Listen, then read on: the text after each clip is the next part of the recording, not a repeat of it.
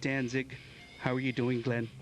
There's a lot to talk about, and I know we're under some time constraints this evening, so I want to, first of all, talk about what you will be delving into in '06, your directorial debut with the Verotic title, Gay Rouge.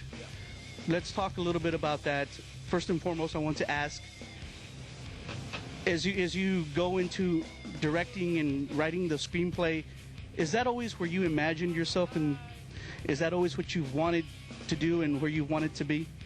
As far as directing, I mean, even before getting involved in all the bands I've been in, I went to New York Institute of Photography, so that's really, one of the things I loved, and music. So it's not like that's always where I wanted to be. I want to do a lot of different things, and over the years I've been able to direct a lot of the videos and edit them. Even if I didn't direct it, they would always ask me to edit them, and so it's just a natural progression. Finally I'm getting able to do it. How Hollywood is. You do that dance with the studios for a long time and nothing ever happens, but finally we got a production company that really is putting their money where their mouth is, so we'll get to do it. We'll say it's going to be really violent.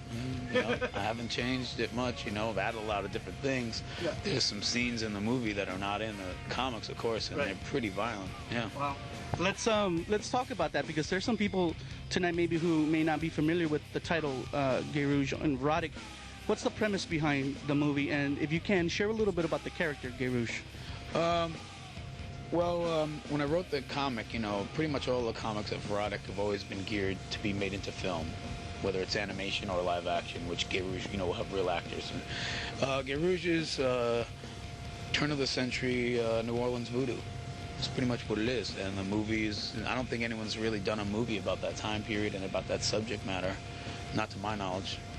And there's not that many really good voodoo movies out to begin with, so it's going to be a cross between like a Once Upon a Time in America and crazy New Orleans voodoo and zombies and everything. So hopefully it's going to turn out good and everyone's going to really like it. Will there be Danzig music in the movie?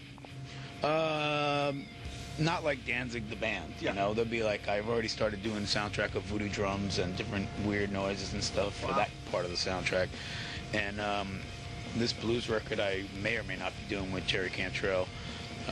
If any of that's cool and vibey enough, maybe some of that'll make it in there, Cool. I'm going to talk about that in a little bit. As we talk about visuals and stuff for video, I want to talk about the DVD that came out in July, El Demonio Nera in San Antonio. For some of you who don't yet have it, please take a good look at. This is the latest DVD from Danzig. It's out in the stores. Be sure to go pick it up. I dig this DVD a lot because Danzig 4 is one of my favorite records that in your archive. But there's some questions that I have to ask. One is, I dig having all the different versions of the videos, but I kind of miss, like in Danzig 1 and in Lucifuge, where you kind of talked a little bit about your beliefs and little backstage stuff, and we don't have any of that in the new DVDs. A lot of that stuff was filmed, because we always had planned to do a Danzig 3 video, a Danzig 4 video, just like we did with Danzig 1 and 2. But when I got all my stuff back from Ruben, a lot of that stuff didn't appear and we couldn't find it. And I personally went to his warehouses where he keeps all Americans and Deaf American stuff, and we could not find it. So it was there, we wanted to put it on there, but we just can't find it, I mean, there's that whole scene in Danzig. He's not hiding it, is he? We don't know.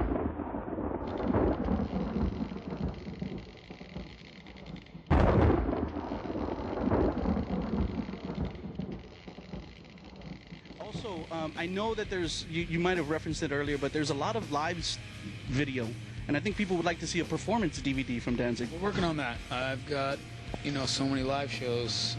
No, it's out there.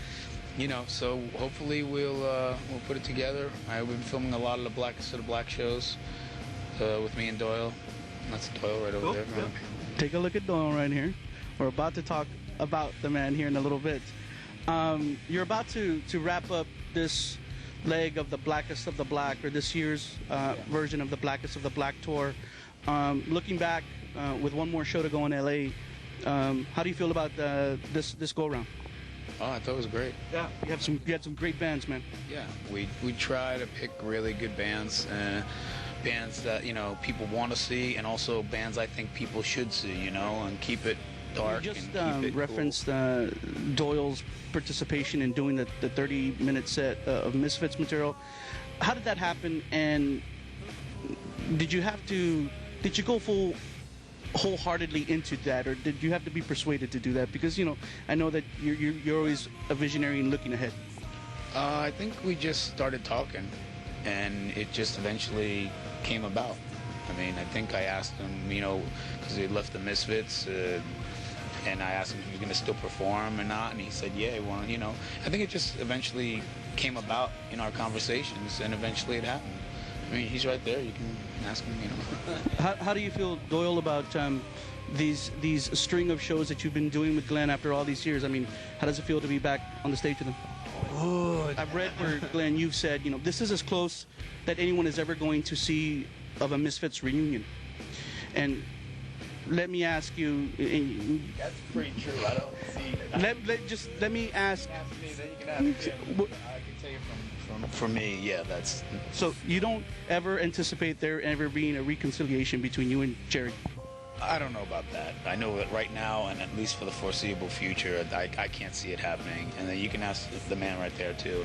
How do you feel about that, Doyle? I think that's up to him, right? Yes, it is. You can't make the sandwich without the bread.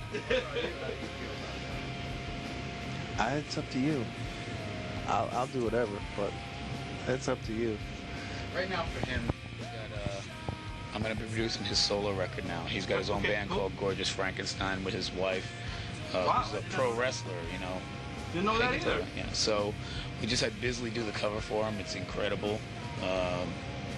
And the tracks that he's played for me are really, really good. He's looking for a singer, so if you can really sing and not just like grunt and moan, if you can really sing, send him a demo. All right. Where can people contact you, Doyle? What's the website? It's gorgeousfrankenstein.com. All right. I'll definitely put it on the site. We'll link it, and we'll see what happens, man. Best of luck with that. Supporting Circle of Snakes for a little while now. What lies next musically for Glenn? Will you put music down and concentrate on the movie, or will you really put forth in some effort in releasing this blues record you've referenced earlier with Jerry Cantrell? All of it. Yeah, all of it. So I'll do the soundtrack. As far as music, I'll do the soundtrack for the Gay Rouge movie. I'll do this blues record. I'm going to be compiling the Lost Tracks of Danzig 2-disc set. So it's all unreleased Danzig songs from Danzig 1 up until present day. I'm getting all the scoop tonight. Two Thanks, last Glenn, little for questions. sharing. One, I've read where you said this is kind of pretty much might be it for me touring actively. Is that true? How true is that? Yeah, that's true. I don't want to tour anymore. I might do a gig here or there, or a one-off show or something, but I'm not going to tour anymore. So I won't do the month, 2-3 month treks Any around the last words for country. the people I'm not out there gonna in do San it. Antonio? Anything we missed? Anything you want to share? No, just stay safe out there. You know, be careful where you go, what you do. Make sure you're packing. But you know, and just I want to thank everybody over the years, you know, that have supported whatever I've done, and who's going to continue to support this kind of music. It really needs to be supported, whether you support Danzig or any of the bands on the Blacklist. You know what I mean? Just support this kind of music, because nobody else does. You know, MTV don't do it. You know what I mean? And hardly anybody else does either. So we really have to support this style of music, I think. We'll never stop supporting you, Glenn. You are embedded into the metal hearts of people here at Robb's Metalworks. San Antonio, remember, Circle of Snakes is out there. El Demonio Nera is out there as well on DVD. I want to give a big, big shout out to my girl out there, Heidi Robinson Fitzgerald, for hooking me up once again with the man. You saw Glenn Danzig only on Robb's Metalworks.